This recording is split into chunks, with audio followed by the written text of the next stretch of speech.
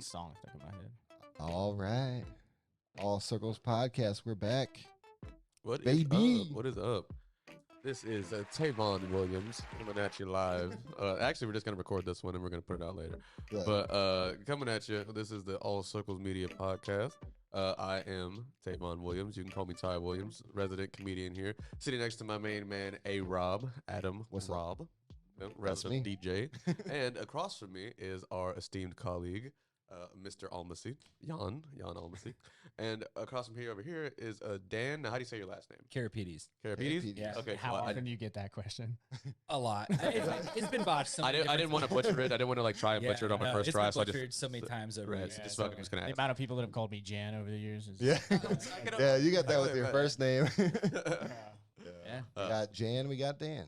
Right, Jan and Dan. There we go. I'm just kidding. It's like Simon and Garfunkel without the guitar, but like. Yeah. But anyway, it's, Yeah, we were talking like, look at this color coordination with the outfits. We got oh yeah, black, we are all in black today. black and gray. Like, man, I think the this is like colorways were fresh. one of the only colors that I. So today, Yeah. today all I'd like to jump into. I'm just gonna jump into it. I suppose we're gonna be interviewing our good buddy Dan over here, who is actually in charge of. Actually, can you actually give us just a brief description of what it is that you actually do here in the city of Canton? Before I get Sure. into it? So short term, I'm a photographer and videographer. Mhm. I guess that's the best way to put it. Okay. And then we have a studio downtown as well that we use for our offices as well. My wife and I own it and run it. So we What's the name of that studio? it's called the Creatives. Mhm. So my business is called DK Creative. That's where I run all my photography, video production, all that stuff out of. Mhm. And the Creatives is just our studio where we rent out to other photographers. We like do some small events and stuff there. If we ever do weddings and they're downtown, sometimes brides will like rent it out for like getting ready and stuff like that too. Awesome.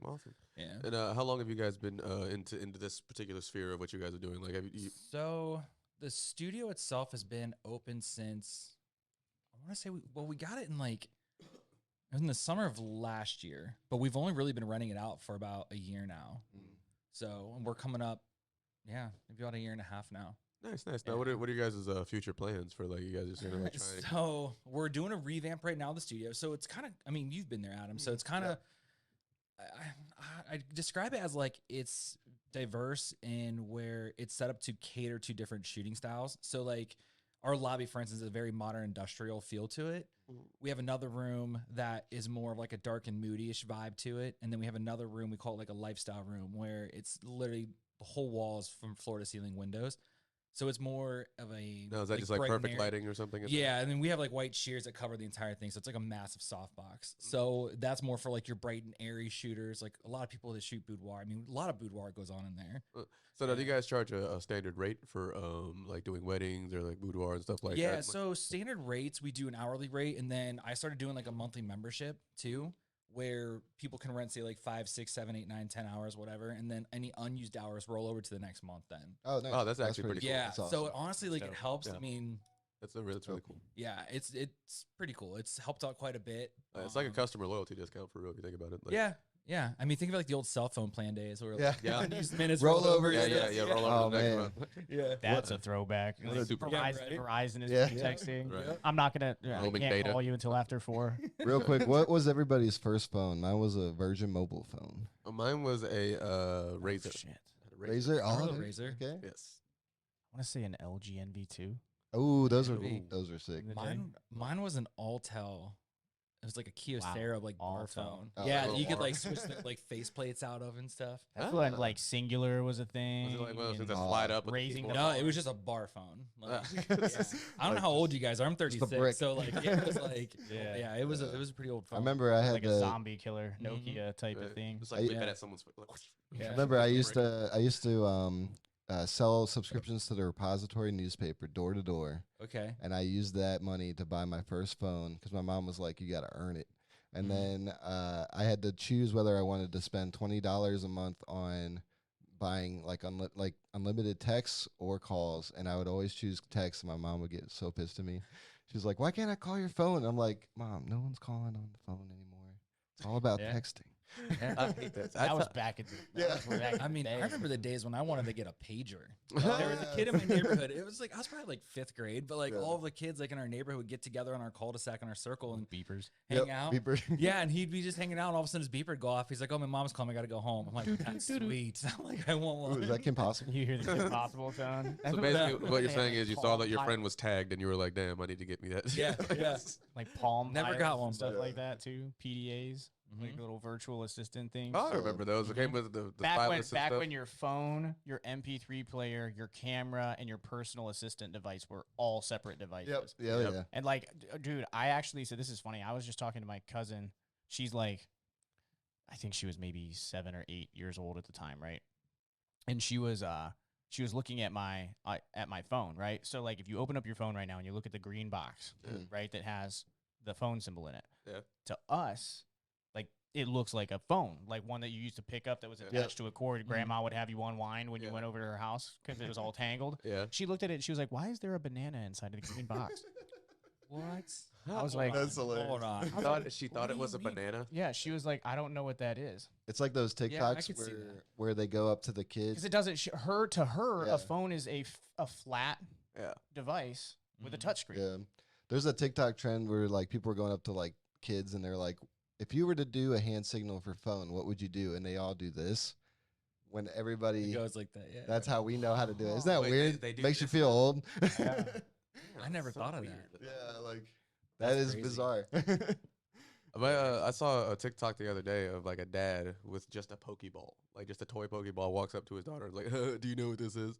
And she was just like, "I don't know, like a Pokemon ball or something." Like just trying to, like basically trying to like say like, "Oh, you don't know nothing about this type shit." When I was a kid, I dreamed of the day that I could finally be old enough and like play some music from my era to like my kids and be like, "You don't know nothing about this here." Like, you know what I'm saying? Like wait to hear some Bruno Mars come on, just start jigging real quick. It's like, the good old days. Yeah, we did that with Blink-182, which is ironic. Oh, yeah, because they they're- just got together. Oh, they just got back together Yeah. for Well, it's they're funny, they touring just again, got aren't their they? smiley tattooed on Oh, my that's- elbow. Yeah. Seriously, like 3 weeks ago. That's Right at crazy. ULC. Amazing. Yeah, I Big texted Blink him, I was 182 like- fan. Yeah, them and Angels and Airwaves. So Yep. I mean, big Yeah. Tom DeLonge fan. For Understandable. Yeah. Still waiting on that Peter McKinnon documentary. Sure. Dude, It's been I a know, long time man. coming. I can't wait. So another quick question for you. So Sure. you are a Kent State affiliate, right? You know what I'm saying? Like graduated class 2014, right? Mhm. Did you go for videography? No, What did you actually go to no. Kent for? So my degree's in criminal justice. Really? Oh, Yeah, my Why bachelor's- the switch? See, both of y'all had a weird start to your careers. You're just like, Yeah, nah, well- I'm gonna do some some justice So, stuff. The way I describe college, basically, I should be like a doctor because of the amount of years I was him in too, college. right? Him too. I think I was there for Yeah. 10 years. 10 But- years of college. Yeah. Well, okay. So I'll bring. There's kind of weird things. So there was actually when I was going through like graduating high school and stuff. Like my parents were like, "Hey, like go to college, get your degree, get a good job. Yeah. That's how you do it." But like I didn't know what I wanted to do. Like I don't know. Like mean, I just does wanted to anyone have- right after no, high and I school? don't think Like- anyone really does. But No. like, so I was going to college. Just I don't know. I was just doing like general classes, but I switched majors a couple times. What was then your there first major? What was your very first my major? first major was, I think it was criminal justice actually. And then I had more interested in like sports management, things like that. I think I wanted to do architecture, did a semester of that. And I was like, yeah, no, I'm not doing this. Like But going through a couple- psychology and like none of that stuff. Yeah, I was was like, your no, fancy, you were just nope, like, don't like that. I don't like that. I don't like science. No don't like math any of that stuff? stuff. Math, I don't mind math actually. I'm kind of a numbers guy, so it's kind of crazy. So going through college in Kent, I ended up taking a year off, but I actually like faked to my parents I was in college because so for a they- whole year you told them. you were yeah, I going was to like, yeah, I'm school in and you class. I just got weren't. class. I got to study. I was just working though, just because like I had the fear of like you're not in school, like you need to be on your own or whatever. Right, And right. then I went like part time, like I think for a year or two maybe, just because I was still trying to figure it out. And then my mom's cousin, we call him an uncle, but it's Brian Zimmerman. He's in downtown Canton. Uh-huh. So Great guy. yeah, I was around him a couple times, and that's really what sparked my interest with like law and like just be an attorney. So I originally wanted to be an attorney. So I went back into the criminal justice program, and then kind of just went through the process of all the classes and all that good stuff. And then I want to say it was my second to last year. That's when I met my wife. And then I was going into my senior year. I wanted to take like the LSAT and all that stuff. And then we found out we were having my oldest son. So we were already engaged and stuff. So at the time I was working at Verizon, and we found out we were having him. So I'm like, well, I don't know how I'm going to be able to work full time, go to law school, study. Yeah. I'm like, I just got to take a different approach. So ended up just getting my bachelor's then. And then luckily I kind of moved up in Verizon where I was actually auditing stores. And so I was kind of doing something with my degree for a little bit. And I was traveling and auditing stores and doing stuff like that. So, but yeah, and that's kind of like where. So like why the change over to what you do now? Like Sure. what was the impetus for just being like, all right, I'm just gonna take some pictures instead. Yeah. So I was working at Verizon, I was traveling, and I was always watching YouTube videos. So I was always watching like tech stuff. I don't know if you guys follow like tech guys like MKBHD. Yeah. Oh yeah. David Lee, John Morrison. John Morrison. Yeah, Jonathan Morrison's cool. He's a music guy. He's a big music guy now. So yeah, I was watching them, and I don't know, there was something about like the aesthetic and like how they're doing like the presentation on like just like laptop reviews, as weird as it is. Yeah. I'm Like this they were is just clean. reviewing laptops, like just like Yeah, unboxing like- them. Like, Yeah, unboxing, like just their presentation, how they're using animations on the screens, and like just like different things like that. And it really caught my attention. So I was like, this would be kind of sweet to like just to get into. do something. Yeah. And so What time frame was that? so this was probably 2015 or 2016. okay, Right around okay. there. So yeah, socials just starting to like Yeah. hit the ground running heavy. Yeah. Yeah. Yeah. I mean, I was That watching really started tons like of it. 12, 13. Were you on social media at the time? Like were you like? Did I you mean, I get- just had like a Facebook, but I was never like posting. I mean, my Instagram probably back at that time was probably like my pizza or something like Yeah. that. See, that's what I'm saying. So like you weren't really like taking a lot of pictures or No, anything like that. no, Like, you not weren't at like all. an Instagram or a Snapchat guy. You were Nope. just like No, that so that kind of like sparked my interest in getting a camera, and then it wasn't until I discovered Casey Neistat Yeah. that like his Back in New York? storytelling. Yeah, back in New York, like feels like it's old times. Them Bling's getting back together. Yeah. Look at that. Yeah. So yeah, and so I was watching Casey Neistat, and then that's really what opened my eyes. I'm like, you know what? Like, can we cuss on here? Yeah, that's Okay. fine. I was like, We fuck do it. Like, that. I'm just gonna buy a camera. There it is. just get it and see what I want to do with it. Because Right. I wanted to do more video work.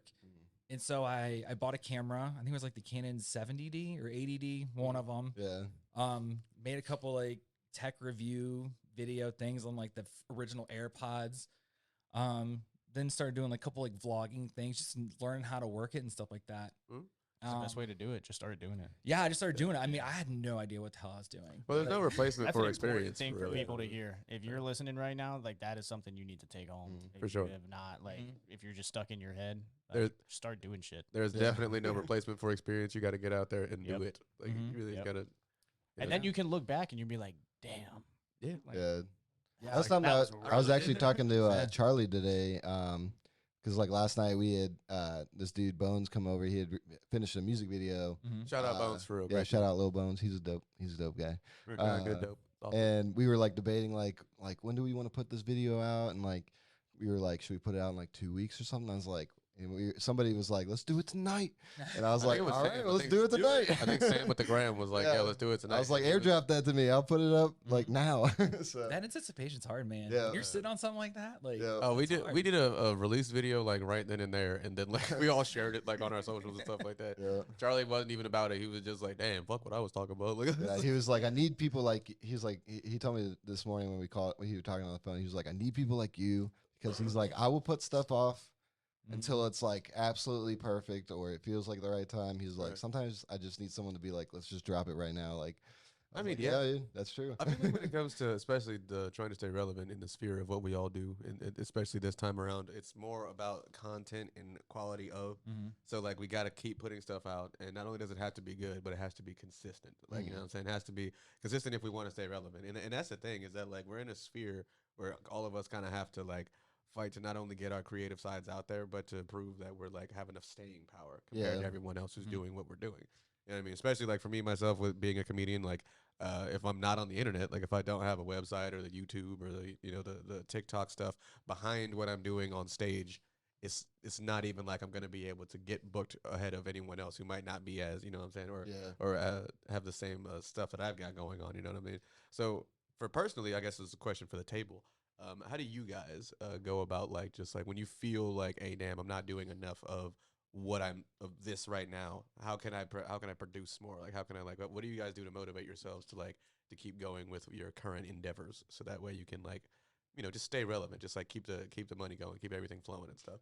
Because As me far as, like, myself, content production or as just far like as just, like- keeping business leads coming in Both. general? I would say both, because like I think both of those informations are would be valuable to anybody who'd be listening. Me personally, like if I find it hard to like write a joke or like book a show or something like that, I always look towards like, you know, mainly you guys, just to see if there's like any motivation that I might be lacking, to see if I could put some more stuff out there. Or for example, my girlfriend's just like, yo, you need to start making a website. Like you need to actually get up here and do this, that, and the third. Like, what are some of the things that you guys personally feel like are some of the easier things or steps someone could take to be like, all right, now that I have the business and now that I'm doing this, here's what I should do mentally to keep myself going, or like physically to keep this production up and stuff like that. So Yeah. so I think so I actually I mean I specialize in LinkedIn, so I'm just going to talk about what I know, right? And so for me, that I generate the majority of my business's leads off of LinkedIn.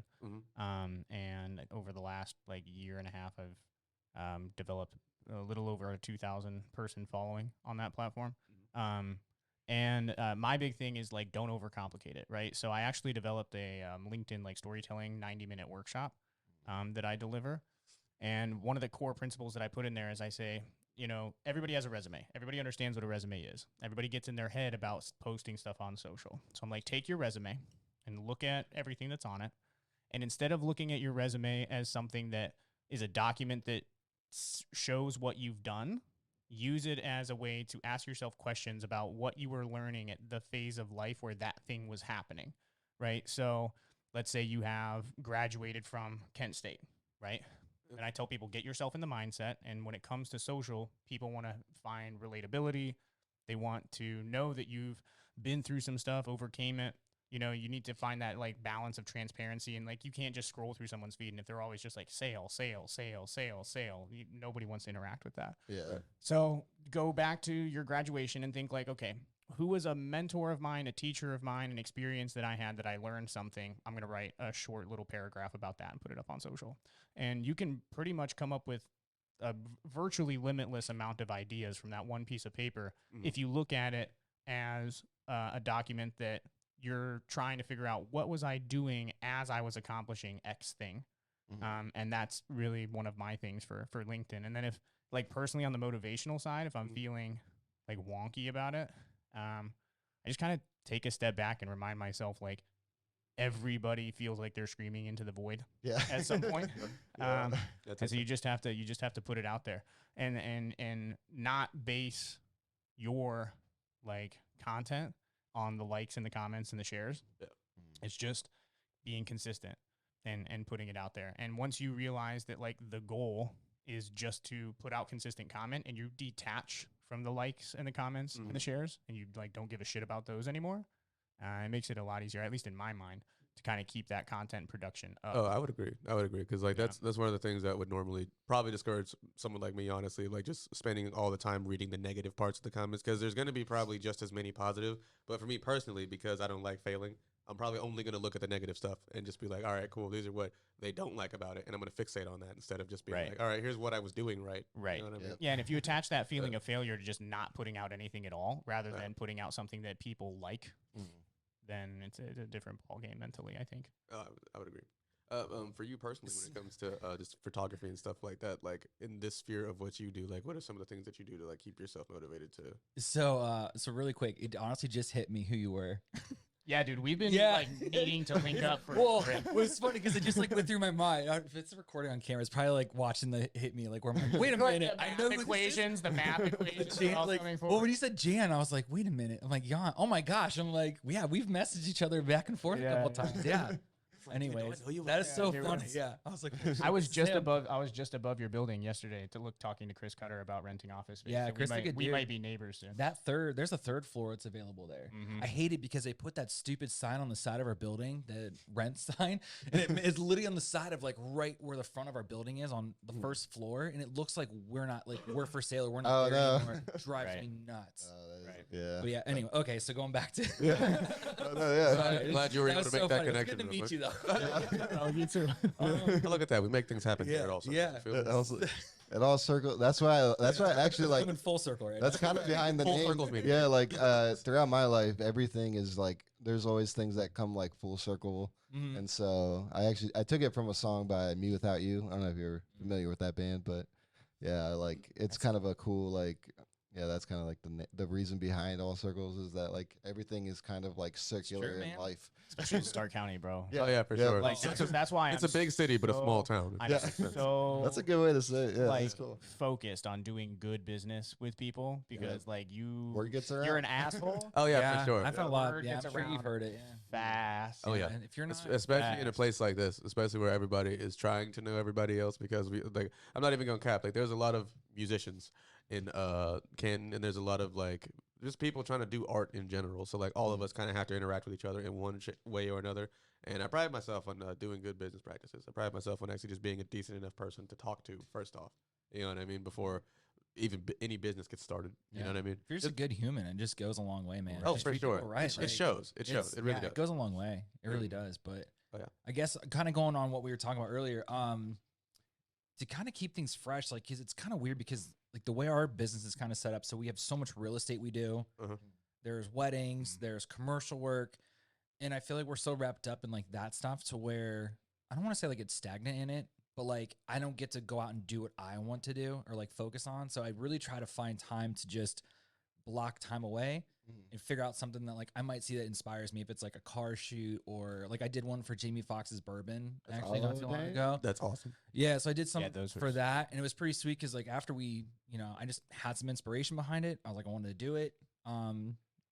Took some photos of it, posted it, and then their VP of marketing contacted us through Instagram. Was like, hey, like next year, like when our like lemonade, whatever, some product that we were doing was coming out, they're like, we want to like work with you for it. And That's that's awesome.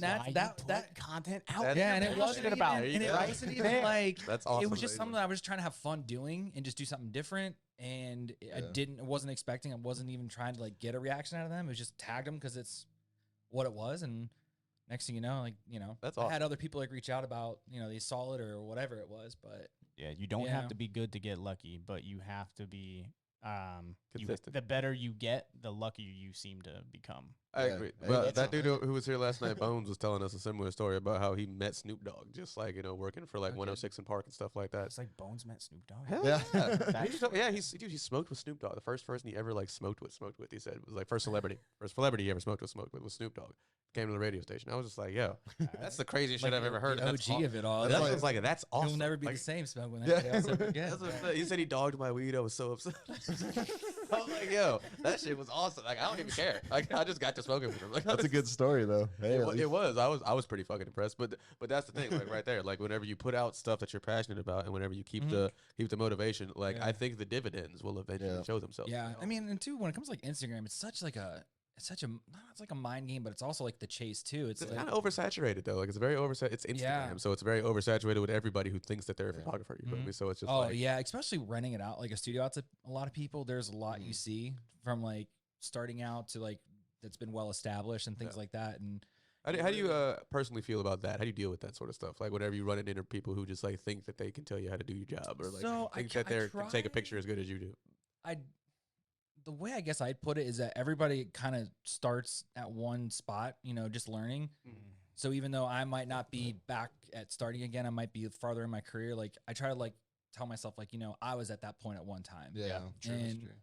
Like, it's funny because you guys probably see it with what you guys do. Like there's people I've ran into and they're like, they try to tell you what to do to like be better. I don't even bother with any of that stuff. I just kind of like, if they ask for advice, I'll give advice, but I'm not going to be like, maybe do this or try to tell them. But I just try to tell tell myself like, they're just starting out but there's also though, there's people that you've run into that buy followers or Oh yeah, Try just to cheat the like- system. Like Yeah. like buy They- followers. Well, I guess what- like my biggest thing is like they try to make themselves look bigger than what they really are. Yeah. And I've ran into that a couple times too.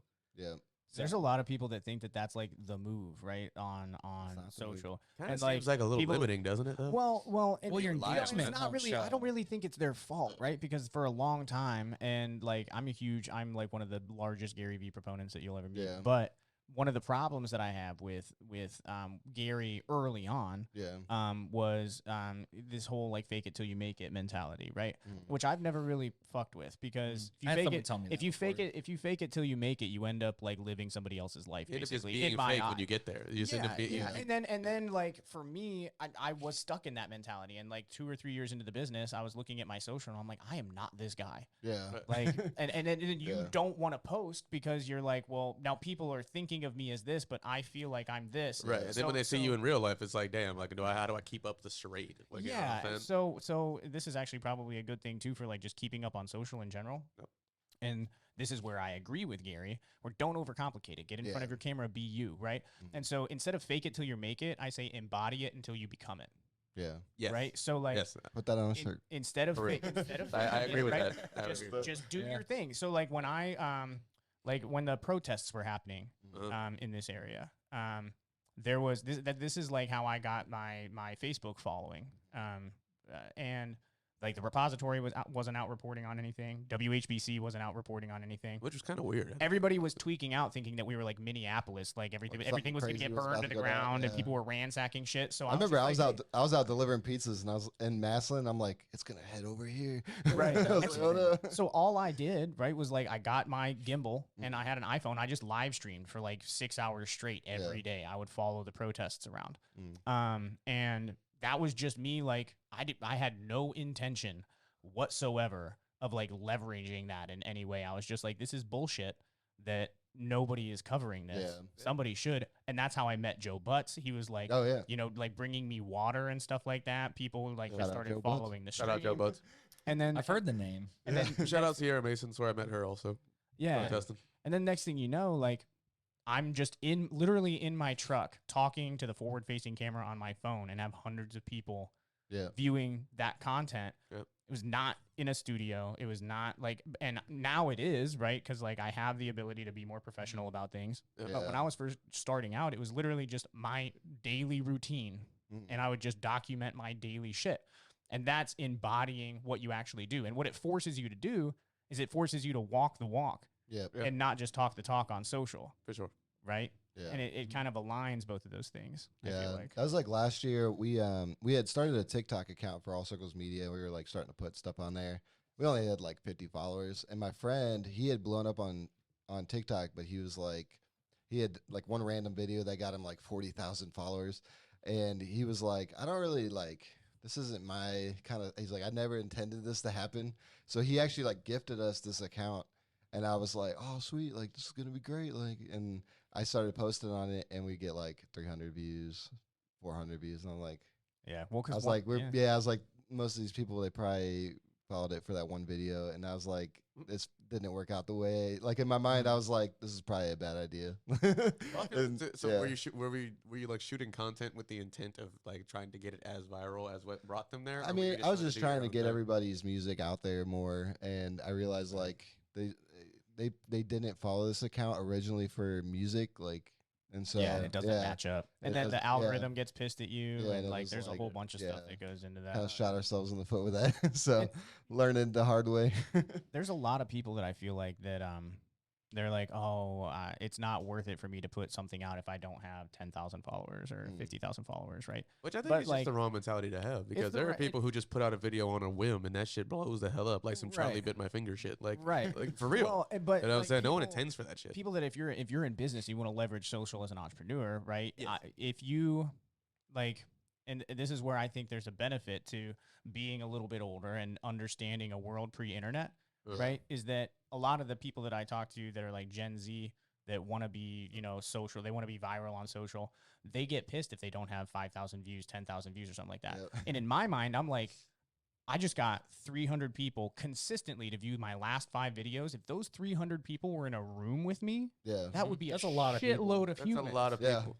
I mean, shit, even 40 people just looking at it a day. Right. 40, let's say 40 a day. That's still a and crap if ton it's of people. consistent and those people fuck with you, hell yeah, that's kind of 40 people that are now talking about you consistently. You and don't then need 40 thousands becomes of 56, people. 56 becomes 100, and like so on and so forth. And I just feel like if they don't understand the trickle down method, and they're just like, damn, because it wasn't immediately viral or immediately trendy, it's not worth anything. But it's just like, I wonder Social's why they attach controlling so their much. brain. Exactly, they attach so much value to the clicks and the whatever, and that's why the clickbait titles also kind of piss me off.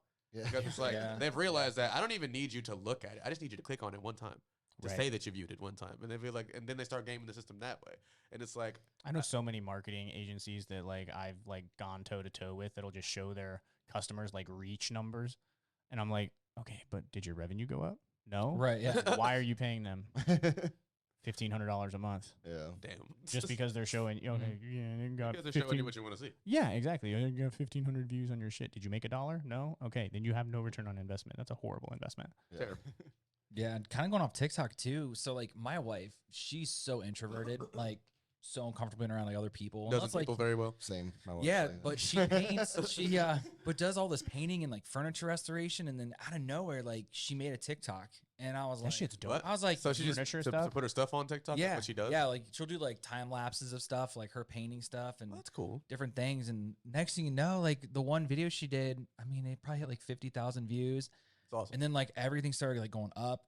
Like Mhm. her follower, I think she's like almost to 10,000 people following her. But she's, Isn't that monetization money right there? Like, I think it gets close to it. But I've heard TikTok, the money's not Yeah. big it's on not- TikTok. Nah, But great. Unless it's you not, but leverage it's your own still, brand deals. but it's still an extra source of income. yeah, well, the thing too that happened is like there's a couple videos that got close to about,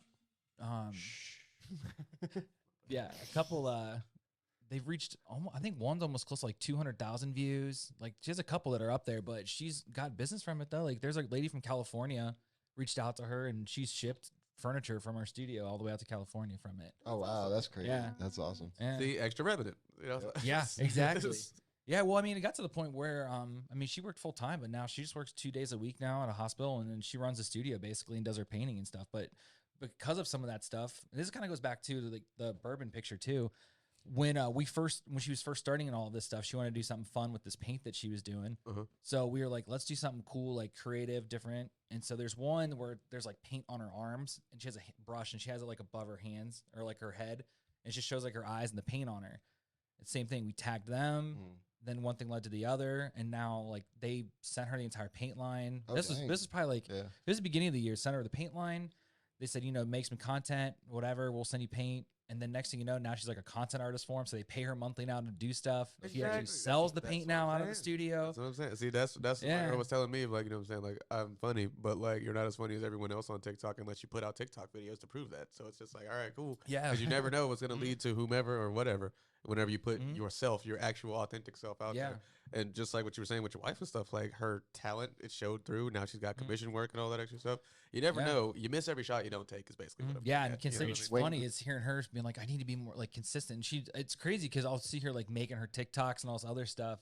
I'm like, man, like you're on it, but it's kind of funny now watching where she's at now. But then it's that whole algorithm thing Yeah. that's messing with you. Like, It oh, does. like why there's only like 500 views. I'm like, Like, why aren't they it's putting my okay. videos up there? Like just keep doing you. Like you'll Yeah. get there. Like the rest will take care of itself. Yeah, Like, that's just, where the whole being passionate about what the content that you're putting out really plays a thing. Mhm. Because like if you're making the content for the algorithm will beat the shit out of your brain. For sure. Yeah. Like, sure. It'll but if fuck you're with just you so if heavy. you're making content because you really enjoy making the content, then you can keep rolling and rolling. I actually like you telling the story about the bourbon is making me think like the first major retainer contract that we ever landed as a company is because I watched a Netflix documentary called Pandemic, right? And it was about this group of people in California. They were at a company called Distributed Bio, and they were working on a universal flu vaccine and a universal antivenom. So do you guys know how antivenoms work? Have you ever? Isn't it like an anticoagulant or something to like Yeah, stop so it it from like stops clotting the it blood? from, so it stops it most of the time. Snake venoms clot your blood. You throw a clot, it goes into your lungs and you die, right? But the issue is with snakes is that there's so many different types of venom, and you have to It's know the specific, type yeah. of snake, and they have Yep. to be a specific type of antivenom. So I'm watching this documentary, and I was an ICU nurse, and I was like, this is dope. I really love this. So I like went onto this Distributed Bio's website and emailed their executive team, right? Got connected to their PR people, and I was like, hey, I'm an ICU nurse. I host a podcast. Here's the number of listeners that we have, blah, blah, blah. I'd love to interview somebody on your team, anybody, like to just talk about this. Ended up interviewing their CEO. Awesome. The CEO had a great experience with the podcast interview. He asked me, he was like, hey, could you interview our entire team? Like, we're trying to build out a season so that we can send this to investors and like tell our story. I was like, yeah, cool. So like we had a contract to record 10 episodes. And then I had never, at that point in time, I had never managed somebody's PR. I had never managed somebody's brand as a whole, right? I was an RN that was a podcaster at the time. And so he was like, hey, like, do you do brand management and social media and like strategy? And I was like, I mean, no, but I could learn. Like, I'll tell you what, I was like, I'll work for you for free for 30 days. And then after those 30 days, you can let me know, like, what you think. Worked with him for free for 30 days.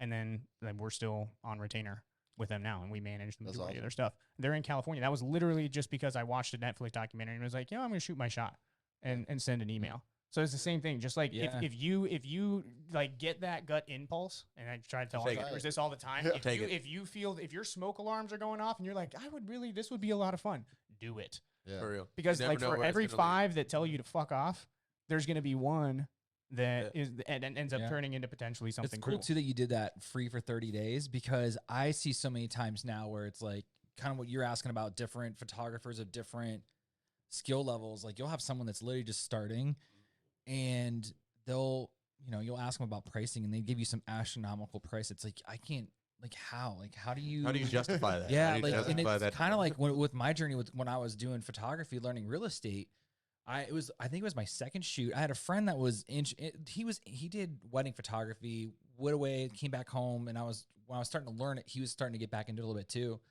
And he came along with me. And, I think first couple houses I shot for free. And then like the next one, I think I charged like $100. And then same thing for this other person. It was like the first like referral that actually said, hey, like I know so-and-so that I worked with before. And he was like, why don't you charge him like $600? And I'm like, it's like a $200,000 house. And like, where are you getting this number from? Like $600? Like, that's insane. Like, I was like, you've never shot a house before. Like, what? Like, I don't know. So like, it's cool because I, work for free, build up. If you build up reputation, you build up a portfolio, then you can charge. Then you can justify your price. Yeah, I deal with it as being as a consultant all the time. So like, Apex Communications Network is the name of the company, right? I named it that specifically because I dreamt that our tagline was, if we don't have it in house, we can find it in network. Yeah. And the entire goal behind that was to empower freelancers and other people that are like, I basically run the biz dev. I get people leads, try to hook them up with jobs. Like Adam just shot a video for one of our clients, Cherry Blend Coffee Roasters. And when I think about like the freelancers now, I feel like they're all reading these like Google articles about like what they should be charging and stuff. Yeah. And I'm like, hey guys, I need margin. Like if you want these jobs and you're not going out there and you're not doing the sale, you're not doing the negotiation, you're not doing the invoicing, you're not doing any, like you're just coming in and you're shooting. I can't afford to pay you $800. That's what I'm charging the client. Yeah. You know what I mean? And so like, if you want to go out and do all of your own stuff, by all means, if you have the experience and you want to charge those types of rates, go for it. But there's no like reciprocal business practice, or I'm finding it harder and harder. The younger freelancers that are entering the game, that like learned on an iPhone and then they just got their first DSLR. I'm like, they want to walk in and make 10 grand like in 1 month or whatever right away. Like, it's like, you need to stop watching so much motivational YouTube, bro. Oh, like, for sure. Get out there and grind. And like, I feel like the salty old man now, like, you got to earn your keep before you can make those rates. But it's legit. But like it is. It's a legit practice when you think about it, for real, because like the same thing applies in pretty much most every other avenue of like kind of what we do business wise. And especially in like in my realm of comedy and stuff.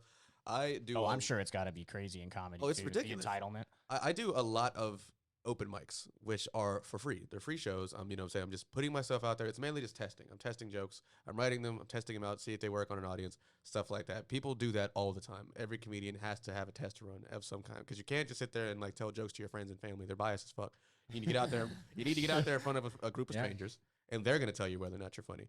Now, the sense of entitlement to motherfuckers who get up there expecting to even be paid for the first time they've stepped up on stage and stuff like that, just because people have told them their whole lives they're funny, is kind of ridiculous when you think about it. And that's why when it comes to like the amount of money that I personally make from doing this, even if it's hosting an event for like fucking $50 to $100 or whatever, right?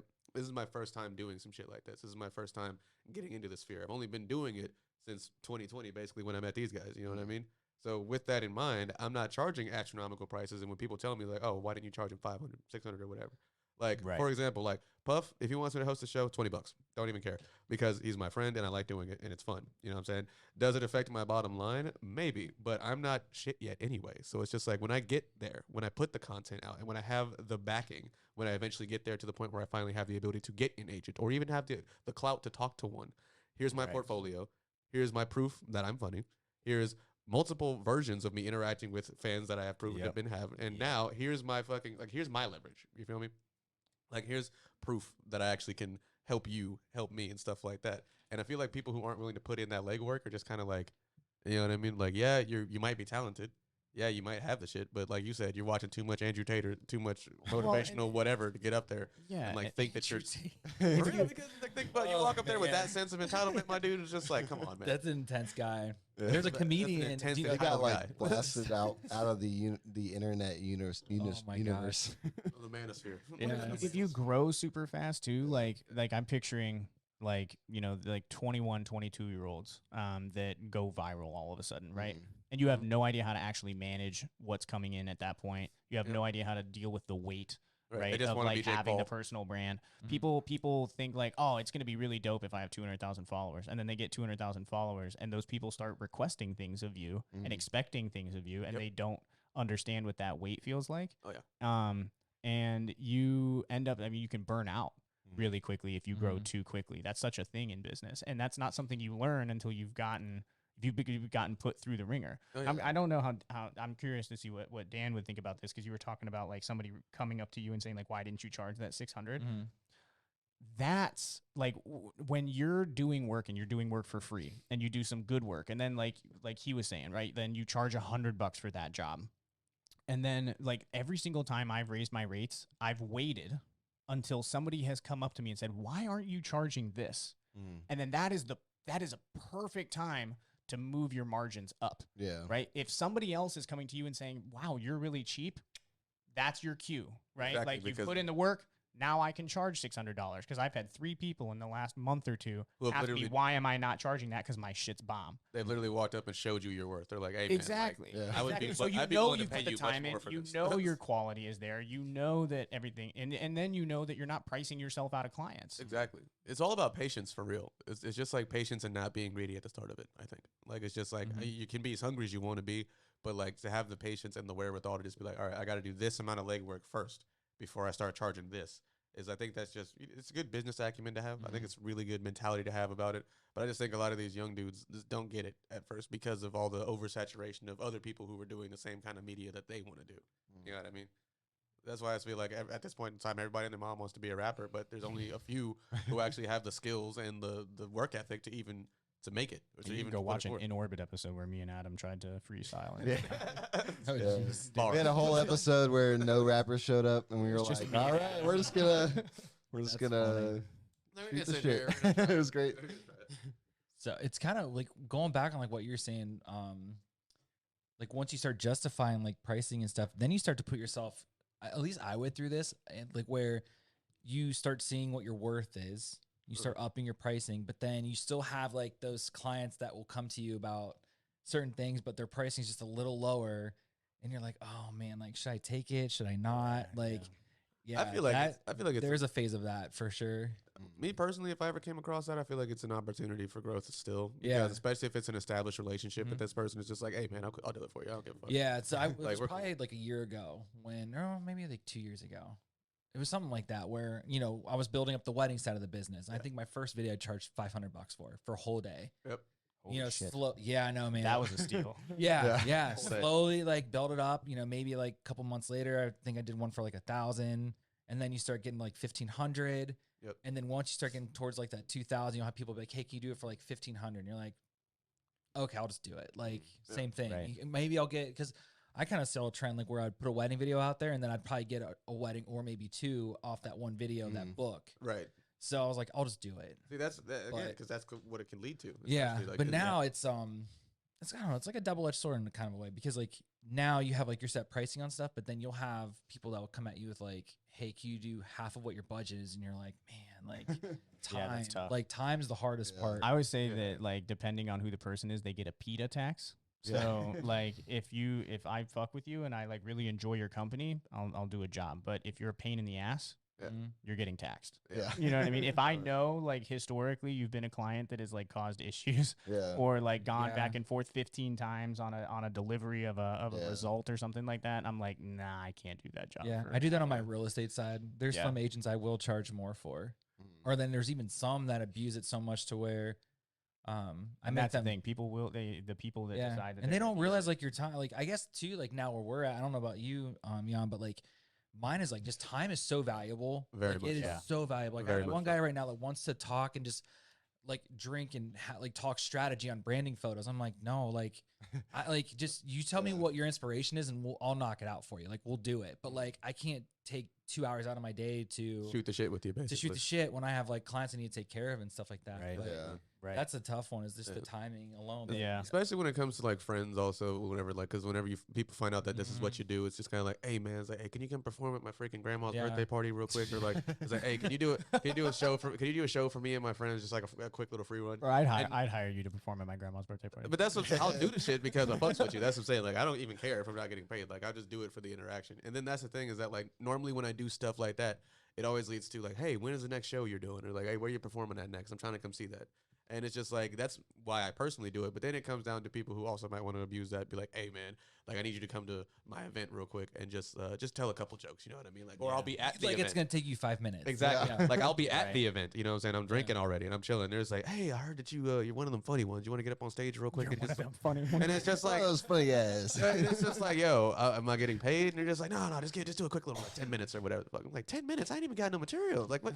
I always tell people that's like asking, like, if you have a buddy that's over that's a plumber and Yeah. you're like, Say, "Hey, you wanna sink fix my breaks," it's toilet like, real quick? hey, I know you're eating a piece of pizza right now, but you mind fucking with my drain? Right. Yeah, You Or would like- never do that. All of You our would never do that, but it's so easy with people that are in a creative field. to be Yeah. like, oh, like, and for me, like as a consultant, right? I remember when I attached $150 an hour to my Calendly link, yeah. and people shit themselves for the first time. Like they realized, like, hey, like I can't spend that 2 hours with you.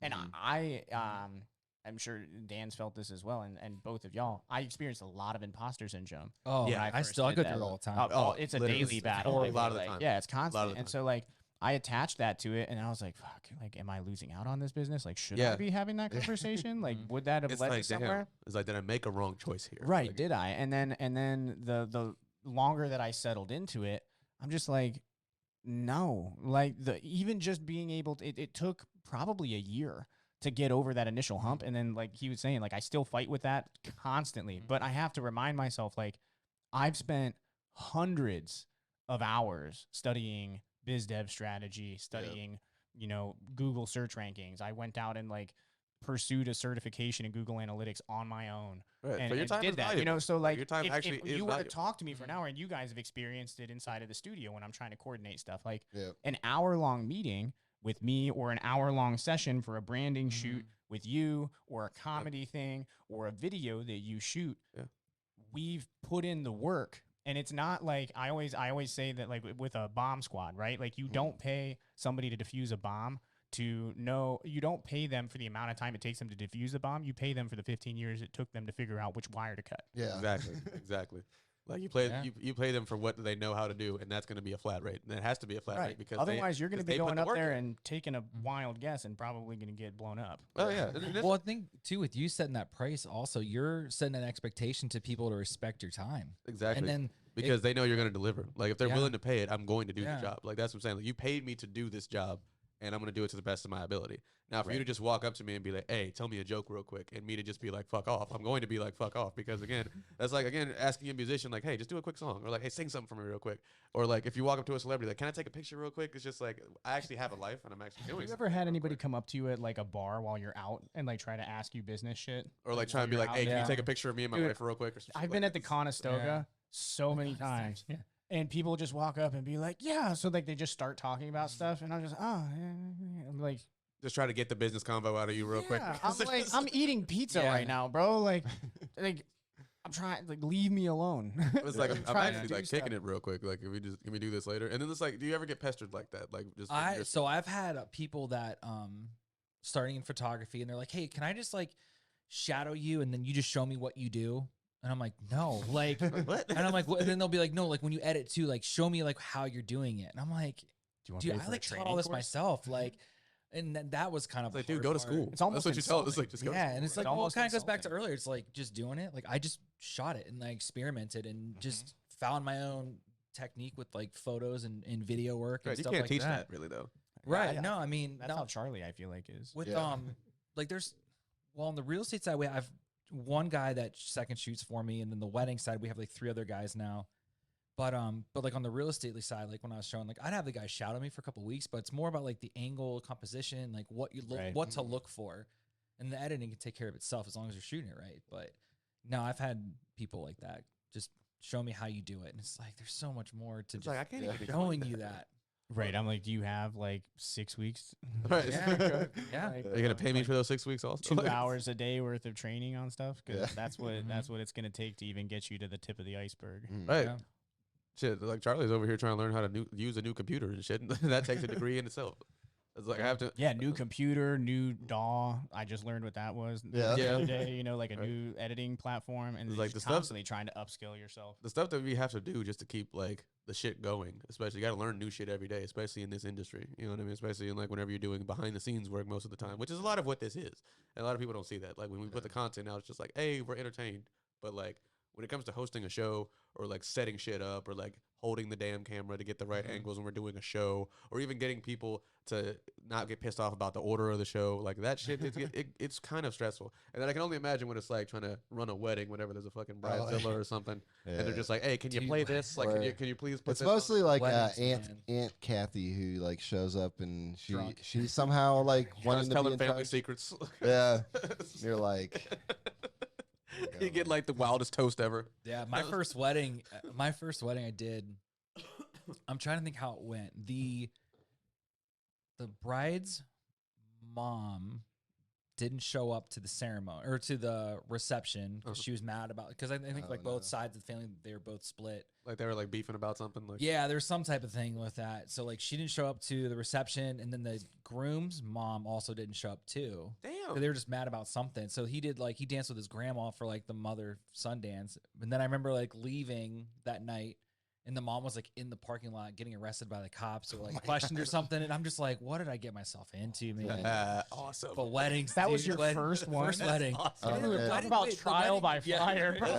That's kind of cool. I mean, the wedding went like smooth and stuff, but I'm like, man, like there really is like family drama that goes on Yeah, all like- Oh, everywhere. I want to go to a wedding with Charlie or Adam so bad because Yeah. it's like I want to just sit and watch and Yeah. see what happens, like the interaction between. Because I watched that movie Wedding Crashers and shit, right? Like with Vince Vaughn and Yeah, all that. yeah. That shit's hilarious. I cannot wait to see. Just like because I love Yeah. someone's Weddings- happiness day, but like sometimes you have to play like sometimes I'm like a counselor, like I'm like a like the family like mediator sometimes, and you Yeah. like end up in a Just a niche, position. bro. Yeah. I remember we you were have at to a deal wedding. with some stuff. You're like, I'm not qualified for this, guys. Like, why are you Well, putting and me in it this starts position? too the minute like that reception starts, man. They're all over you, like, hey, play this, and it's Yeah. like, do you have like a certain, like, kind of get like the fun, like the Cupid shuffle? Do you try Oh, to get like that stuff out of the way first? just He'll to get message the us. going? He'll message us in the group Sometimes. chat. Yeah, Yeah, well- like, hey, what am I supposed to play here? Like they asking for Yeah, for like- a certain genre. Like Charlie will be in there like, all right, I need a song for like Yeah. that'll get people hyped, and we I need a country slow dance. Yeah. All right, hit him Oh, with Cotton Eye gosh. Joe real quick. Hit him with some other stuff. Jeez. Yeah. Now I don't know. It depends on the couple. Like I always ask like what kind of line dance. Like I try to get a feel for like what the family likes to dance to. Okay. And at this point, I'm kind of good at like filtering out what's not gonna work. Like because you get people that will be like, can you play this random like Bob Marley song? And I'm like, look, dude, that's just not gonna fly. It's very not well. the Right. vibe. It's not the vibe. It's Okay. not the vibe. You ever have like one of the younger kids walk up and be like, "Hey, can you Oh, play some yeah. Chief Keef real quick?" They'll show me like their iPad. They'll be like, "Can you play this Minecraft song?" And I'm like, "Listen, Yeah, kid, no. it's just." Yeah. We're not gonna go from like she thinks my tractor's sexy to Bob Marley. Yeah. Oh yeah.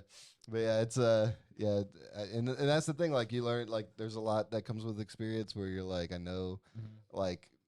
And I try to get a lot of that out of the way with meetings and like being like that's just not realistic. Like it's not gonna happen the way you think. Like they're like, the dinner should only take like 40 minutes, right? And I'm like, No. listen here, you got 250 people.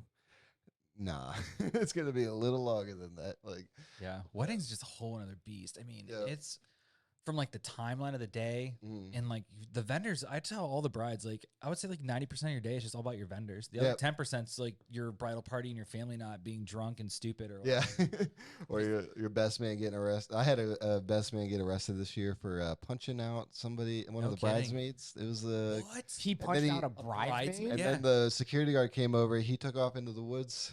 What? They had to shut the wedding down early. It was a situation. Wow. A little crazy. I think he might have you beat. Yeah, that's That yeah. was, I mean, I've heard stories. I mean, there was one. It was I think it was, I don't know who it was. It was another DJ was telling me that it was one of the. He was the groom was hooking up with one of the bridesmaids during the reception. During the wedding in the broom closet type shit. Yeah. Like, Carson had a you should just have an entire segment of just a podcast that's just like stories. The wildest stories from weddings. Yeah, I mean, Wedding I've had like brides show up late. Like we had one that was 2 hours late. Oh wow. Yeah, that was fun. Yeah, I mean, imagine being that groom. Yeah, like oh shit, I just got left. Oh, he was ready for like 3 hours, like just waiting. Oh no, waiting. But yeah, vendors, man. And the other thing too, like we had one recently where we asked, well, you mean you DJ at night, so like like the timeline, like it's so crucial. It's very like, crucial. When's dinner? When's speeches? When's this? Like we'd get. Like I usually let the photographer do their thing because like for video or for weddings we only do video work. So it's like I let them do their thing, put the timeline together, and then we're kind of like a shadow. So like we go in, do our thing. But like we had one photographer where it was like we'll start at 12 and the ceremony's at 4, and it's like, well, what's going on in between? Yeah, like when's she gonna get her dress? When's the first look happening? Didn't put any of that down and just kind of like went with it. And then so we're like, all right. So we actually just went there and just started doing what we wanted to do and knock things out. But then the photographer ended up running out of time. Didn't have enough time. She maybe got like 3 photos of the bride and groom alone. Oh my gosh. Yeah, because then by the time the reception started, then the coordinator's like, hey, like we need to do dances, speeches, all that other stuff, and she didn't have enough time to. Dude, people that are unorganized like that give me so much anxiety. It gives me anxiety because I'm just so like, much hey, anxiety. like, so yeah, so that's kind of like, especially on a wedding, like that's like somebody's you got like one shot to do right.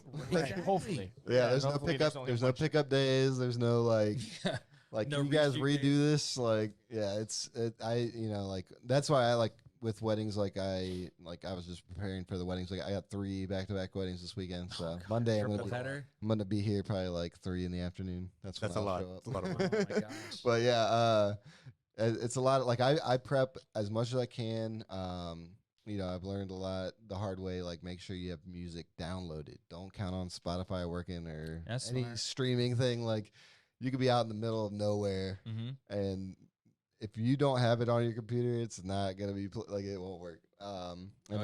Even just like this stupid dongle. I have tape on it right now because like so many times like this little thing gets bumped and the whole thing goes off haywire. Like that's the worst thing that happens. Like that happened to me earlier this year, where I just like bumped it and like the song just. You should take that back studio with you now. You're like, damn, yeah. So I put a little tape there because Apple, they like takeaway ports. They like takeaway ports. They did bring it back though. Dude, I love it. It's on. I have a 14-inch one, man. It's such a workhorse. Yeah, I love it though. Phones. When he was here last night, I was like, oh, did they put the ports back in? And he was like, yeah, dude, that's great. I was like, man, I bet. I think that's on my list for Q1. Yeah, I might purchase. It was next year. I laughed my ass off when I saw that Airpods now come with a little attachment string. Yeah, yeah. Do they really? Yeah, it's like a little like the stuff people put on their glasses. Yeah, so like fall off. Keep them from falling. So essentially, it's just a pair of regular headphones again. It's the circle of life. I'm tired of losing these. I wonder what would happen if I put a string on them. Just keep on. They charge like $30 for it, probably. Yeah. Oh yeah. It's like you can go to the store and get one for like $10, but you got to pay like $35 for like bass boosted ones. That you're not Apple tax. Yeah, like that Apple tax. $17.99 pair of skull candies back in the day. Yeah. All right. I remember those. That still work to this day, most likely. But you gonna pay like $1,000 for like some obsolescent ones from fucking maybe like some obsolescent AirPods that are probably gonna be like worth a whole lot more nowadays. Because you think like when this is ancient technology and stuff, and we have like pods that are so small that they could brain. It's just like a colloquial implant in your ear instead. It's like, remember when we used to use headphones? Yeah. Technology. I'm gonna be using putting an implant in my ear. Yeah. I'm good with Right. I'm good with Yeah, headphones. that's not the move right there. I guarantee it'll happen with that Neuralink stuff. They got all that extra like stuff that they keep trying to like. There's basically like I think that's the trend is they're just trying to fuse us with technology in the future at some point. Androids. That's like Gary Vee. He does Cyborg. talk about like he talked about that like in a way that was like we're kind of like androids right now. Like this thing. I think so. Keeps track of like my entire life, and when you lose Oh the yeah, thing, yeah. you're Who like, you are is this basically. like, Like what? everything about you as a person could be explained with your device. You know, what I'm saying? It's the only thing that's on you. This thing absorbs every bit of information about you every time you pick it up, and even when you don't pick it up. Because of those contracts that we don't read whenever we sign up for stuff, it allows them to keep our phone speakers on. So that's why every time we turn the bitch back on, there's always an ad about what we were just talking about with our friends or some shit like that. Have you ever seen the South Park? Oh hell episode with yeah! the But iTunes agreement. hell yeah! It's just like they turn you into a human sentai pad because you didn't read it. But no, I like to fuck with my friend's algorithm. I'll pick their phone up when they're not looking and just whisper weird shit into the microphone because I know what's on. So it's just like like dildos or like big dicks or some stupid. Oh my God. And then there's like dick-shaped earrings on their news feed for like a week now. It's like that's awesome. They're like, why is this popping up? Like let's just keep happening. That's some nice trolling right there. It's the best way to do it now because it's just like it's always on. So like even whenever like your phone is just kind of like sitting there, there's no way to turn that stuff off that your phone comes programmed with, like Facebook, Instagram, Twitter, all that shit. It's built into the phone. Yeah. So if you have an account with one of those social media apps, you've already signed the contract that allows them to keep your phone on and listen to you so that they can send you targeted ads and all that extra bullshit. So with that in mind, it's just like, all right, cool. Now that I know that, I just either turn it completely off. And even when you turn your phone completely off, that's like the only way for it not to work. I do some stupid shit. Like I'll leave it somewhere where I know it's going to pick up like a bunch of cool shit. You know what I mean? Like if I'm sitting around people who are having cool conversations and stuff, like I guarantee you I'm going to see something like related to either a fucking banana or like something business related after this whole shit's over with, which is cool because now it gives me a bit more insight into what my friends might like. But it's also like that is so fucking invasive, bro. Start seeing like, our targeted ads to you. Exactly. It's like it's so fucking invasive. Like I don't even fucking need a camera. Like why don't you know what I mean? But I feel like with that business practice as a practice itself, do you guys ever think that that's gonna go away now that we are so ingrained with this technology? Because we kind of need it at this point. Everything that all of us do is related to basically technology that's around this type of shit. So do you think we'll ever be able to detach ourselves from anything like that? I don't think at all. I don't think completely, unless you go off the grid.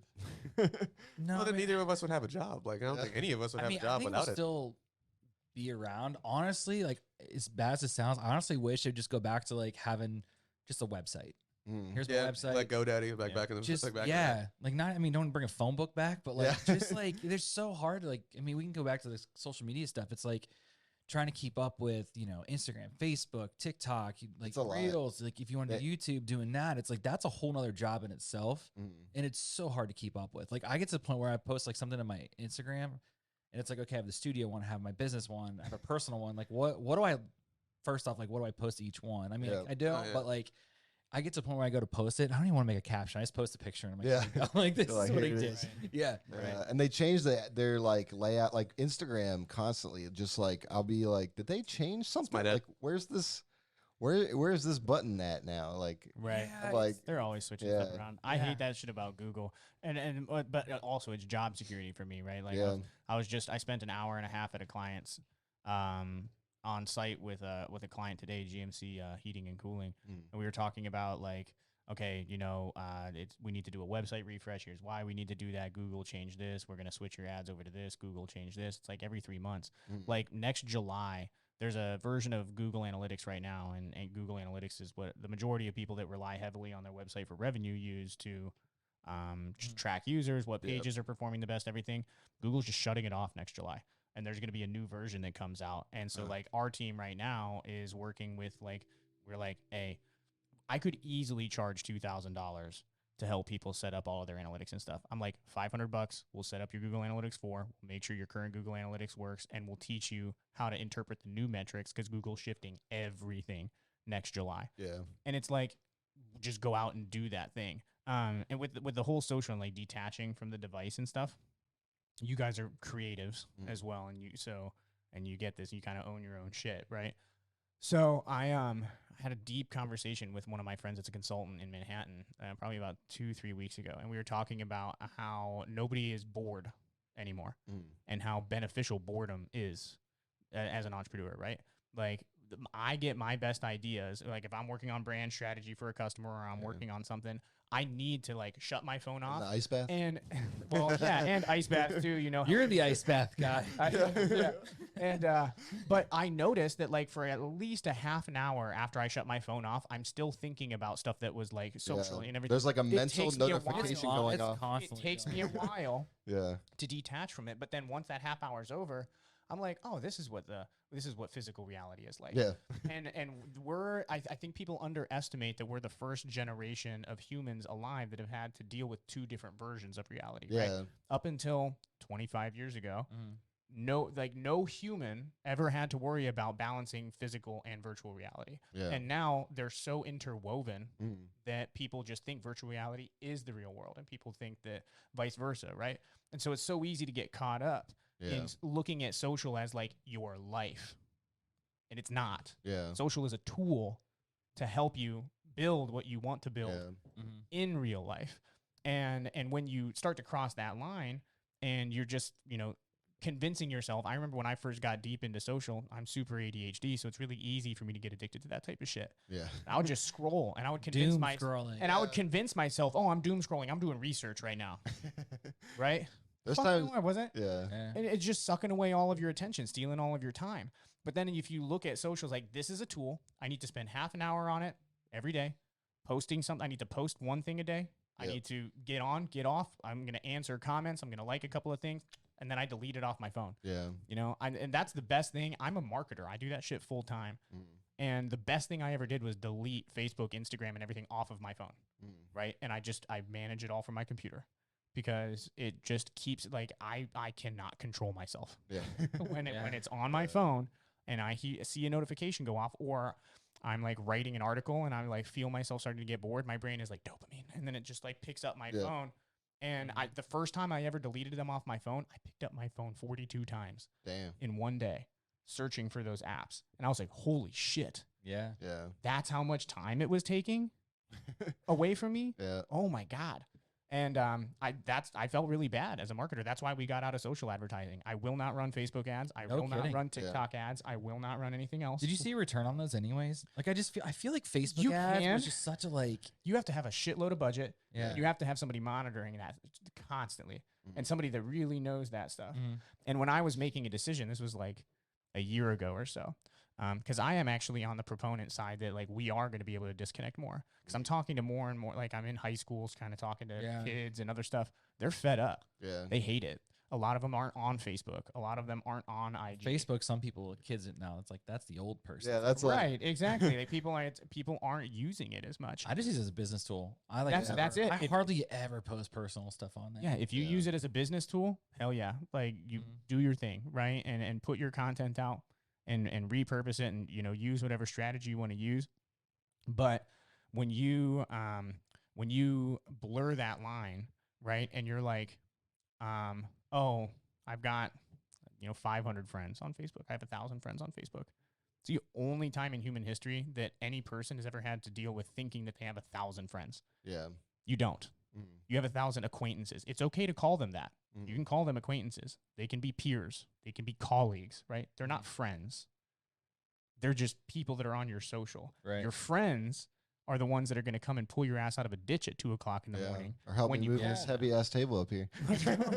right, exactly. Or like those are friends. I couldn't imagine that. This thing is a beast. And like we wonder why all of these kids are like so stressed out and like depression is shooting through the roof, and all of these studies like the social dilemma coming out on Netflix and all of these things that came out when I was working intensive psych as an RN in downtown. Because Apex took a massive revenue hit at one point. I needed to pick up a part-time job basically to make ends meet. And so I worked as a psych RN in downtown. The majority of the kids that I saw were ADHD kids diagnosed with major depression. And in their counseling sessions, the majority of them related it directly back to social. Oh, wow. And I started thinking in my head, I'm like, no wonder. Like you're trying to manage 1,000 relationships and you're on Snapchat having conversations with 50 people every day and trying to keep up with all of those conversations. Yeah. And you think that that's your friend group. And then you look around in your everyday world and you're like, where are all my where are my friends? I fear with my kids. My 9-year-old, like he doesn't have social media, but like I fear when that date comes, but like, I mean, I'll see him. I feel like it'll be on, like- probably worse than by that time, most likely. Because you got to think about how invasive it is now and how it tries to make us seem connected to all those people. It's like even Snapchat tells my exact location of where my friends are, like right now, in like relation to distance to me and shit like that, right? I'm Yeah. a ghost That's a mode on creepy that photo. shit. That's a creepy Like photo. that's creepy as shit, bro. Like I Yeah. know exactly where my friends are, right? Like I have mine off, obviously, but if Yeah. I were to go look on the Snap map, I know exactly where they are, what they have, where they were just at, where they're on their way to, type shit. And it's just like, how is that supposed to make me feel like we're even closer? Like it just makes us feel like, if anything, it gives me FOMO for real, like a fear of missing out because I'm not doing what my friends are doing, or they're just not around me, type shit. Yeah, I think just like a psychological standpoint, like, or he watches YouTube, but like I'll see he just discovered the whole YouTube Shorts, and the same thing with TikTok. I'll Yeah. see him It's very just start going. I'm like, Declan, like, bro, like you got to put the phone down, man. Like, go play Fortnite for all I care. Like, just stop doing the endless scrolling. Like, Yeah. Right. oh, Right, 'cause stop. at least, like, I actually got into an argument with my parents like a year ago or 2 years ago because my brother's, he just turned 20. So I think at the time he was like 17. So it was probably longer. You talking about than Sam? Sam, yeah. Yeah. So they were like, I mean, I grew up where it was still like my mom would just lock us out of the house and be like, I'm going to ring the bell when it's time for you guys to come inside. Yeah, that's like, how we go were. find some shit to do. Yeah. Right. My And mom was like, all 5 of you kids, get out of here. Mhm. Do Right. something. right. And now in my mind, I'm like older and I'm like, nah, it's like you and Yeah. dad need alone time. That's Oh, why yeah. you kicked us out of the house. Yeah. Yeah. Straight up. But like Exactly. it teaches you imaginative play, right? It teaches you how to brainstorm ideas. It lets you be Gives you bored. social and when you're interaction. bored, you turn a stick into like Yeah. a bat. You know what I mean? Yeah. You're playing wiffle ball with a bag of weeds or some shit like that. Like I grew up as a hillbilly, so that's what I did. Yeah. But now it's just like you Yeah. have it instantly available. So the argument that I got in with my parents was they're like, well, your brother just like comes home and immediately he's on the computer and like he's spending all that time. I'm like, Ma, like when I had a PS1, it what we was were just doing? me and Plastic Army Men. You know what I mean? I was not socializing with my friends. I was not talking about our day at school. I was not like, that's what he does. Like he comes home, they get on PUBG or Apex or whatever he's playing at the time, and they hang out and they talk to each other. And it's their version of meeting up in the neighborhood. But Yeah. now he can hang out with his friends that are in Vermont in college. Yeah. And like what a blessing it is to be able For to real. maintain those relationships. So you can't equate it. Like Yeah. I had LAN parties with Halo and Xbox. Oh gosh, yeah. Yeah. You know what I mean? yeah. You had to go to your buddy's house, bring a TV and a shitload of Ethernet cables. Right. Yeah. And just gravity hammer the that's shit what out it of each was. other for an hour. Right. But now you can do that remotely. Yeah. And so that's cool. But if you're just doing that where it starts to cross a line, right, is if you're scrolling social and you're not watching YouTube videos about stuff that's like educational, right? Or like the one thing that I always point out is the difference between the American TikTok algorithm and the Chinese TikTok algorithm, Yeah. right? Do you guys know what the difference is? Yeah, you explained that to us in one podcast. It's basically like how since China was the ones who created TikTok, their algorithm for like the children that they put it out to in their country is mainly educational. Yeah, it's mainly STEM educational. projects, science. It's You know, and it's stuff that people makes building should be like rockets. Yeah. You know, it's kids like Doing getting good entrepreneurial grades in shit. school and like figuring out better ways to do math equations, like picking up that's garbage what and it shit is. like that. Like, you know what I'm saying? Like the kids Yeah. doing community service and shit being like that. productive citizens. And then the TikTok algorithm over here Just is trash. trash. Garbage. Garbage. Corn. Psychological warfare. Basically. It's psychological Basically. warfare on a Because- generation. It is because it's just like, you know, we're very easily, as Americans, I would say, I don't want to say all of us, but like most Americans were very easily entertained. And with this generation of kids who are coming up after the Gen Zers, like it was the Gen Zers really who started eating Tide Pods. And I can't imagine what they're going to be started We to do had now. the cinnamon challenge though. Now, Yeah, hold on a so minute. many- Now, hold on a minute. The Equally milk. dumb. Now, let me tell you this though. Let me tell you this Down the though. milk. I think, and I'm going to be completely honest with you on this one. I do believe that because we have a problem right now with the Jeffrey Dahmer thing going on. There's a problem right now where these young impressionable kids are starting to, you know, to sexualize that shit Yeah. and to emulate that shit. You know, I was just seeing on YouTube the other day and on Facebook, some random white chick tattooed her boyfriend's name on her face and then went and cut up roadkill because she watched the TV show or whatever. Now, if I saw that shit when I was he a had kid, some problems. Yeah, that's what I'm saying. That's what I'm saying. Like, Underlying like issues. that's pretty intense, right? You know what I'm saying? So like now I imagine that if similar shit was going on like back when we were kids, let's say back whenever like the access to technology wasn't as readily available for us, you know, we had to use more of our like imagination and shit. I don't think that even if we were exposed to shit like that, that we would have eaten Tide Pods or some stupid shit. It's similar when we were like of that age, and I think that's just because of the undersaturation that we had of like all the shit that is on social media, that is on unfiltered access to the internet at an early age can really change a person. And like, you know what I'm saying, it really does if you don't get a good enough hold on it. And I'm not saying that it needs like to be completely restricted. I just think that there are certain levels that don't need access to until you're of a certain age, because I know for a fact that me being on Newgrounds way too early at an early age kind of fucked with me mentally. 4chan. Yeah, exactly. And shit, like Reddit, stuff like that. Like when I discovered all that stuff and like the when I had access to otherworldly opinions, it really kind of like makes you look at shit way differently. And then when you're young enough to not understand all that stuff, it really kind of paints a really odd picture. So I just think that I'm kind of worried for the next generation that comes after Gen Z. Like, what are they going to be exposed to type shit? Because kids nowadays know how to work tablets, iPhones, or whatever the fuck. You know what I mean? Yeah, like, the crazy thing about humans, I mean, like, we adapt to things really quickly. So, exactly. Yeah. So what's next after this? Like, are the trends, do they get better or do they get worse, especially for the next generation? Because we have our attachment to technology as bad as it is. Imagine theirs. Like, they'll be born and the cell phone will probably be in their hands by the time they're one. You know what I'm saying? A lot of us are going to be raising them, so I think it's up to us, for real. That's true. You know what I mean? But that's the thing. Like that will probably be the reason we end up doing it, is because of the luxury and the ease that it would take to appease the child. You know what I'm saying? Because we either are going to be living so much busy lives that our level of convenience is going to be a little bit more important, or just as important as theirs. So we're probably just going to end up taking most of the easy way out. It's just like, hey, I'll give them a fucking tablet so they're going to chill out for a minute. You know what I'm saying? If they're not going to go outside, that's the only thing I can do to appease my child. And then not only does he know how to use the technology, but now he can't live without it. So it's like a double-edged sword, like he was talking about. You know what I mean? Because it's an overstimulation almost. Because now and then if you over shelter them and they don't know how to use tech, then it's a weird balance. Then all of a sudden they're like out of the regular norm. You know what I'm saying? Like, what's the word? Like not necessarily outcast, but just like outside of like the regular whatever other kids are doing, because most of them have tablets and access to Fortnite and shit. Some random ass research like the one day. So like the way that I like to spend my weekends is like not doing work stuff, but just like looking into shit I'm interested in. I'm a huge nerd, so I'm just like constantly learning stuff. And I was bored the one day, and I was like, you know what? I wonder what. So there's this thing called Ericsson stages of development, right? So Ericsson was this psychologist that basically figured out that there's different phases that a child goes through, and different ages that you can attach those phases to, and different things that the child is supposed to learn in those different phases, right? So he talks about like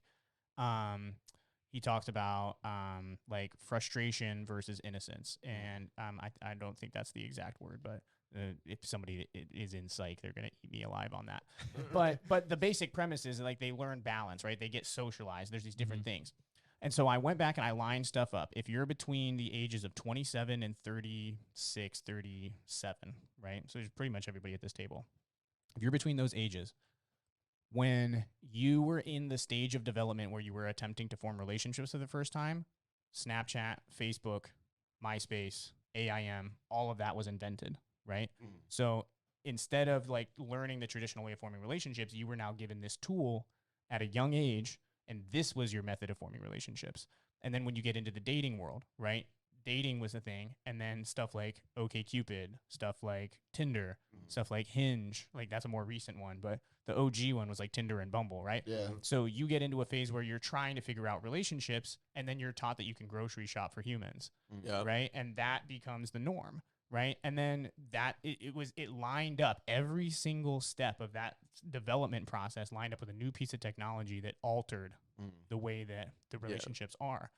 And where that rabbit hole ended up taking me is like, I talked to so many people about how like shitty the dating space is right now, and all of this other kind of stuff. And I'm like, when you have people that they're impressionable, you know, they don't know any better.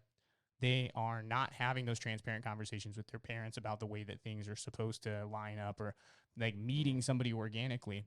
In their mind, they're like, oh, I can grocery shop by face, right? And then if I don't like the current situation I'm in, I can just download an app, and there's hundreds of other ones that I can choose from, right? So it like forces a lack of commitment inside of those types of things.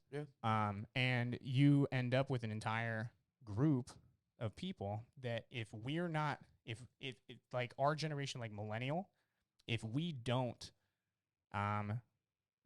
put the responsibility on ourselves to say, hey, this is what the world was like before, this is what it looks like now, And people are starting to wake up to it. I know a lot of people that are like getting off of dating apps. They're getting off of a bunch of this toxic stuff. And I don't know if that stuff's going to continue to pass down as much because we're realizing how much it's hurt like our ability to do those types of things and form those deep relationships.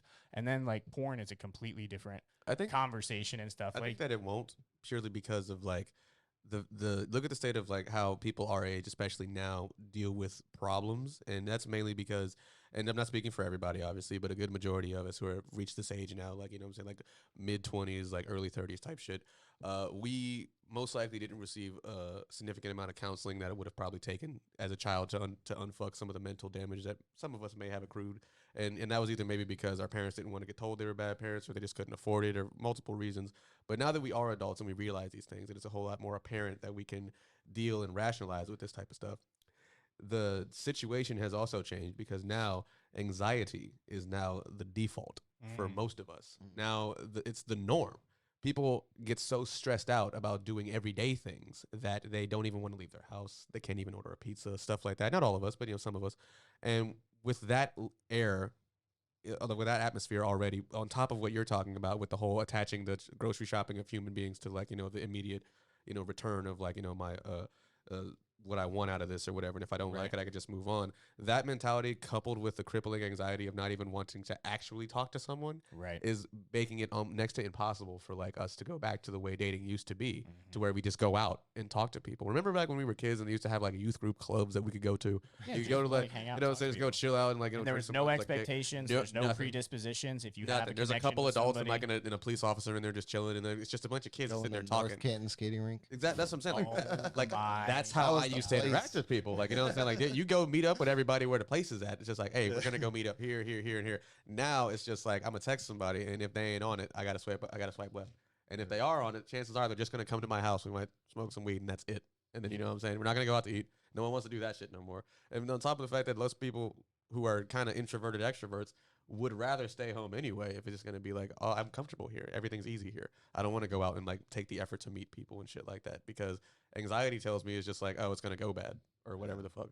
You know what I mean? But it's just as bad on the internet, because you could be whoever you want to be. I feel like that's even more impersonal, because it's like you could be getting catfished, you can get your shit stolen. I don't even have a Cash App now because of how many times people have told me like, hey, a dude hit me up on my friend's Facebook and asked me for money, and I sent them my Cash App, and now my shit's empty, or like now my shit's empty, or whatever. Like there's so much of that stuff going around that it deters me from doing any of that shit. And it kind of makes me feel like, you know, why did it have to go this way? But it kind of, it's inevitable. There's always going to be greedy motherfuckers, but it's just like the dating world and the dating apps has a really unique way of making you feel like shit.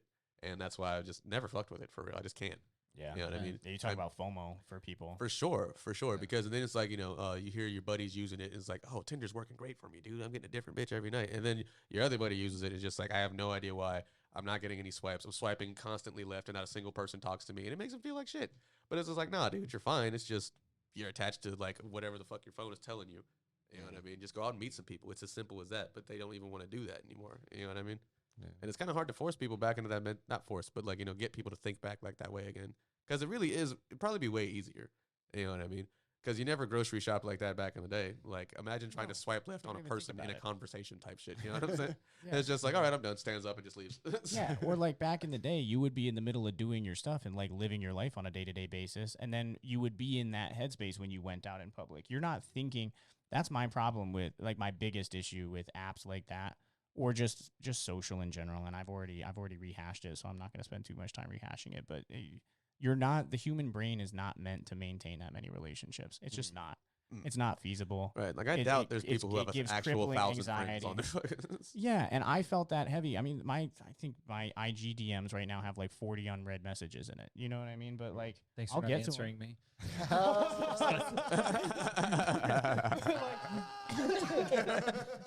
I mean, like, I'll get in there when I get in there, you know, but like, that's funny. I try not to. I used to have crippling anxiety over that. I'm like, oh, I got to keep up with all these people. I get that with the clients. I'm messaging them back and everything like that. And then I forget to realize, like, they're also living lives. You know what I mean? Like, they're not expecting me to message back in 30 seconds. Right. Yeah.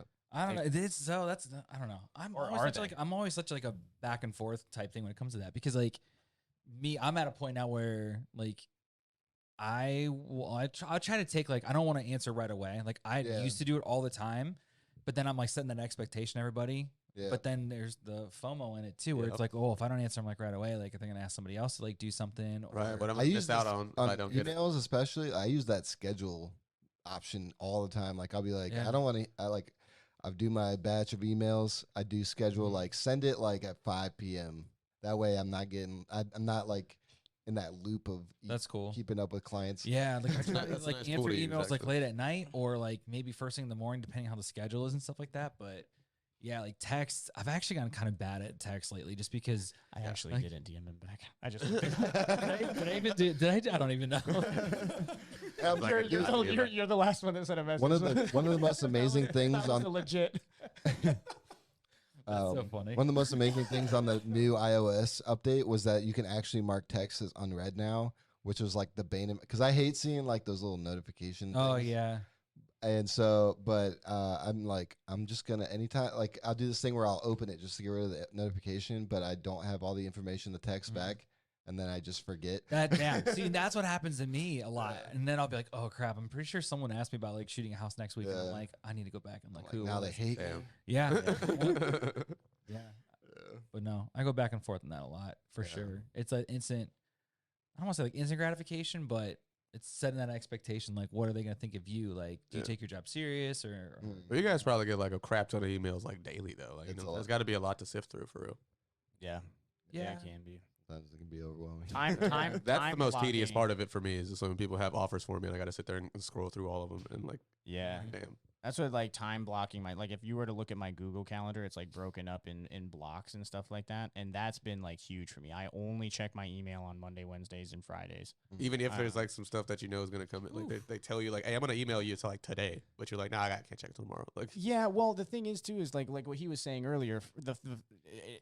You have to do it in phases, right? So like I'm not recommending that an entrepreneur just starting out do that right? Yeah. because you can't. Yeah. Right? Right. You shouldn't. You should be trying. Like when I first started, I was getting any job that I could get a hold of. I was messaging people. Constantly I was picking up the doing phone. stuff Yeah, that man. was cheap. You know what I mean? I was Grind it out. social, web design, SEO, ads, like anything I could get a hold on. and this is At this before point- LinkedIn or this is like during like when you started getting This into was it? like starting to get into LinkedIn. You know, I like had less than 500 connections, was trying to build an audience. And at this point, you know, it's like, okay, I've attached that $150 an hour rate. You know, I have an audience, I have this other stuff. And I batch those because I want to continuously like keep that healthy distance. Yeah. You know, like and it's in my signature block. Like if you were to email me on one of those off days, it'll say, "Hey, you know, I'm out of office for today. I'll be back to this in the morning." So I don't just leave them That's good, hanging, yeah. but I have That's good. systems That's cool. built around what I need because at the end of the day, like this really stood out to me. You guys know what Clubhouse was? Yeah. Oh yeah. That- Mm. Yeah. This really stood out to me when Clubhouse first came out, and people would be on there like 10 hours a day talking about their consulting work. And I'm like, when are you actually doing any consulting for your clients? Yeah. You know, and so that's what I tell people. I'm like, hey, if I don't get back to you, it's because I'm actually doing work. So if you want to work with me, you can have the faith, You right? know that I'm like working on stuff. I'm Right. working on shit. But don't and just I'll get assume I'm back to being you when I flaky. can. Yeah. I'll get back to you when I do. And it also like it's a specific headspace for me. Like you said, it's tedious. I have to be intentional about it. And so when I sit down, I'm like, okay, I am in email response mode. Yeah. I don't think about anything else. For Yep. that hour and a half, I'm going through emails. I'm being purposeful, being intentional. I'm Yeah. providing good customer service. I'm making sure that I'm talking to them. And then when that hour and a half is done, my Gmail goes back on mute and I move into the next phase, Yeah. which for me generally is like writing. I have that old school hourglass thing in there with the cool, like it's like 15-minute, and like I'll use that thing. Like I'll be like, all right, I'm giving myself 15 minutes to like with the coffee roaster video. I'm like, Shit, it is 2:40. oh, yeah. It is. Yeah, we'll have to wrap it up. But yeah, I like give myself, all right, like just focus 15 minutes, like Yep. just make cuts, like, and it helps me like seeing, like having that thing, like, all right, I know that I have this much time, like I'm gonna Yeah. focus on this. Yeah. Creative work takes deep focus. Yeah. Oh, yeah. Deep focus. And like, for sure. and using the do not disturb mode on my phone. Yep. That's like my best friend. Yeah, setting timers I think is a huge thing for people. Yeah. 'Cause for, Oh, yeah. it's like, and this is just like coming from the ADHD side again. And I Yeah. know I talk about that a lot, but it's what I know, right? Yeah. It's my life. Likewise. So like when we used to try to get stuff done, I would just take things as they came, like the Yeah. notifications as they would come in. I'm responding to them. I mean, my creative work really suffered. Mm. And so now I use an app called Endel.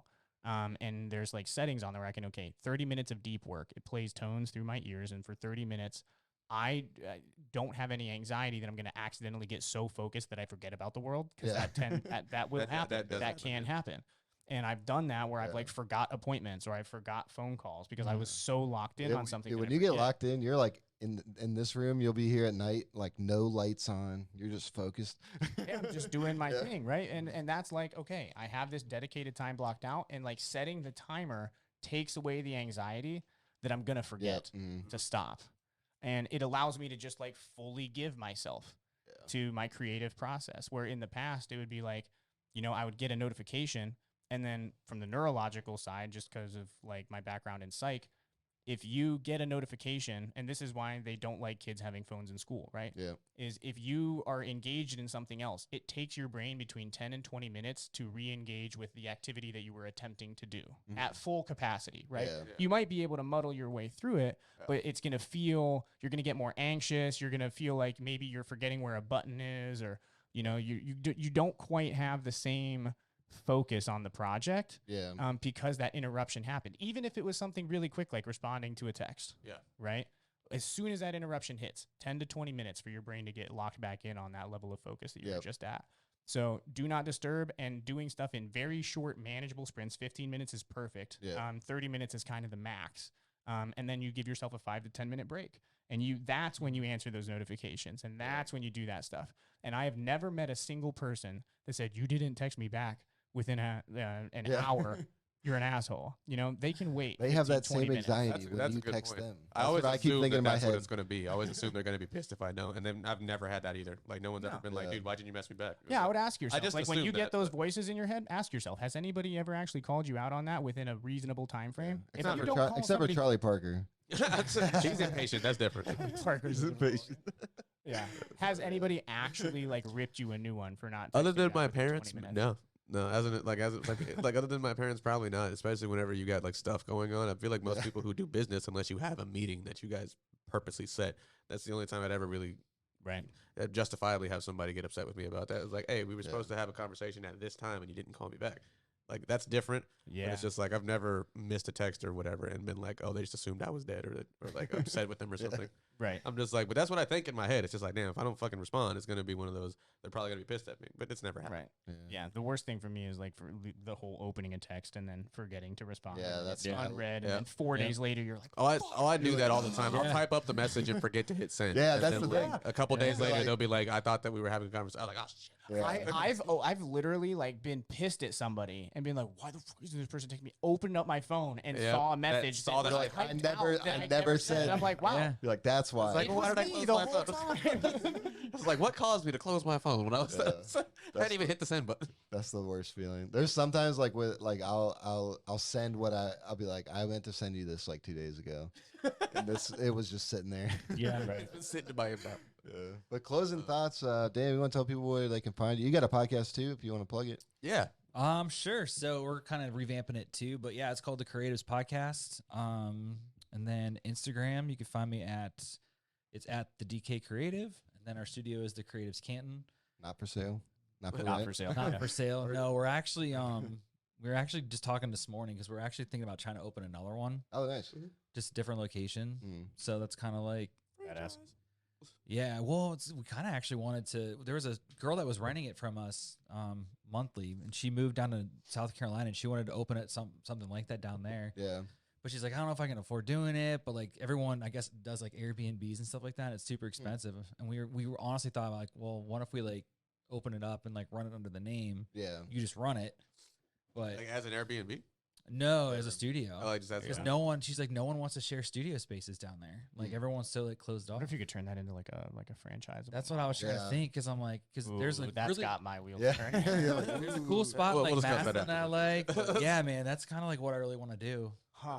I mean, like, you're already kind of into the real estate thing already, so it's just kind of like, I feel like, now, do you ever plan on getting, before I ask real quick, like, do you ever plan on getting like a real estate license? Ever plan No. on selling houses or nothing You like just do that? the No, photo, it's like funny because I have agents like ask me like advice, like, what would you sell this for? Like, what would you do? Because I've been around it for so long, and I'm like, oh, school district, this neighborhood. You know, like, well, you're in Jackson, so yeah, taxes are pretty expensive here, but Yeah. like, But yeah, no, I mean, I've had brokers ask me if I wanted to do it and work with them. I'm like, God, no. Yeah. No. I would That's never a be able to token. do it. That's cool. That's cool though that they're even asking you the question. That's a good Yep. token Yeah. of respect in your Yeah. Yeah, it's area, cool. yeah. I mean, I don't know. I try to stay humble all the time. Like that's where I feel like I've run into some people that are just so arrogant. Like, Yeah. they've like Wow. made it, but it's like I don't ever try to feel like that Yeah. whatsoever because then Yeah. you Yeah. feel like your focus goes everywhere else. I feel like even if I ever do eventually make it, I'm probably never going to consider it like that because like that's whenever you start to fail. Is whenever you're just like, Right, oh, I've reached yeah. the top. That's it. Exactly. Like I've finally done what I was like. Nah, you got to keep doing that shit. You got to keep Yeah. going, especially if you plan on like keeping it up for a while. I would much rather like to like maybe be famous for like a year and then just retire. You know what I'm saying? Make enough money to satisfy my needs and then just be done. Dave with it. Chappelle route. Yeah. That's what Get I'm a- saying. Go to get a Africa for like a successful year or TV so. show. You feel me? Like, Right. Exactly. Let Key Yeah. and Peele take it over. Like I'm totally my fine gosh, with that. Like they're I'm, awesome. I'm so down for that. Yeah, no, I'll I become a get it. director like Jordan Peele and shit like that. Make I a bunch get of it. weird, scary movies. I would love to do that shit. That's what I want to transition into after I'm done doing this shit. It's just like I like doing the behind the scenes stuff. It's really fun. Yeah. I mean, I wouldn't mind selling the real estate side of the business and then just a little focus on doing fallback fun option. stuff. But Yeah. yeah. Just a little fallback. You know what I mean? Yeah. Jan, tell Yeah. people where they can find you. Yeah. What's your socials? You can on IG. It's Jan looks like Jan JAN underscore Almasy, and then LinkedIn also Jan Yep. Almasy on LinkedIn. And then website's at apexcommunicationsnetwork.com. We're in the middle of a rebrand and like a website refresh because I don't know, we had a person that consulted with us on the written copy on the website, and I've had so much feedback that none of it makes any fucking sense to anybody. So we're gonna try to simplify our language and really really take that down a few notches and make it sound a little bit less complicated. So Gotcha. if you do go to it, don't judge us based on the website that's currently up. Judge. Right. It's not the Apex just yet. Right. But for me, you can find me on I Hate the Gram 23. They're going to pay me to say that one day on Instagram. You can find me at my government name on Facebook and just Ty Williams on all other platforms, as well as Ty_the icon on Snapchat. There And you go. for you, Mr. Robb? I got a million Instagrams. Adam Robb. Just search Adam Robb, and I think I'll pop up there. And then All Circles Media. This is going to be called the All Circles Podcast, and then In Orbit Podcast. That's our hip hop one. That's on Mondays. So Definitely I'm check trying that to out. differentiate it because some people think that the All Circles Podcast is the In Orbit Podcast. I just need to be better at branding. But Anyway, we're yeah. also in a bit of a rebranding stage right Yeah. now. So But don't- isn't this the first one that you've put out? Yeah, Yeah, that's yeah, the so first this one. is the Yeah. first All Circles podcast in Sweet. a long time, since Don't last judge us by the first episode. something. So yeah, this is everything's a rebrand. So, but yeah, dude, I appreciate you coming. Yeah, this is man, cool. thanks for having me. Yeah, This is Yeah. fun. Yeah. Actually, I would love to be a guest there sometime. If you want to have any one of us on, I would be. Oh, yeah. Yeah, awesome. no, honestly, free. same kind of thing. Like we're just trying to, get different personalities and Yeah. just shoot the shit. That's So it. that just We- means that we've we're all really trying enjoyed to having you. improve. For Yeah, Yep. I appreciate it. Everyone's trying to do better one step at a time. at Hell this yeah. trying to table, so making moves. making moves. Hey, you want to play us out there? All right, we'll see you guys later. All Circles podcast. We out.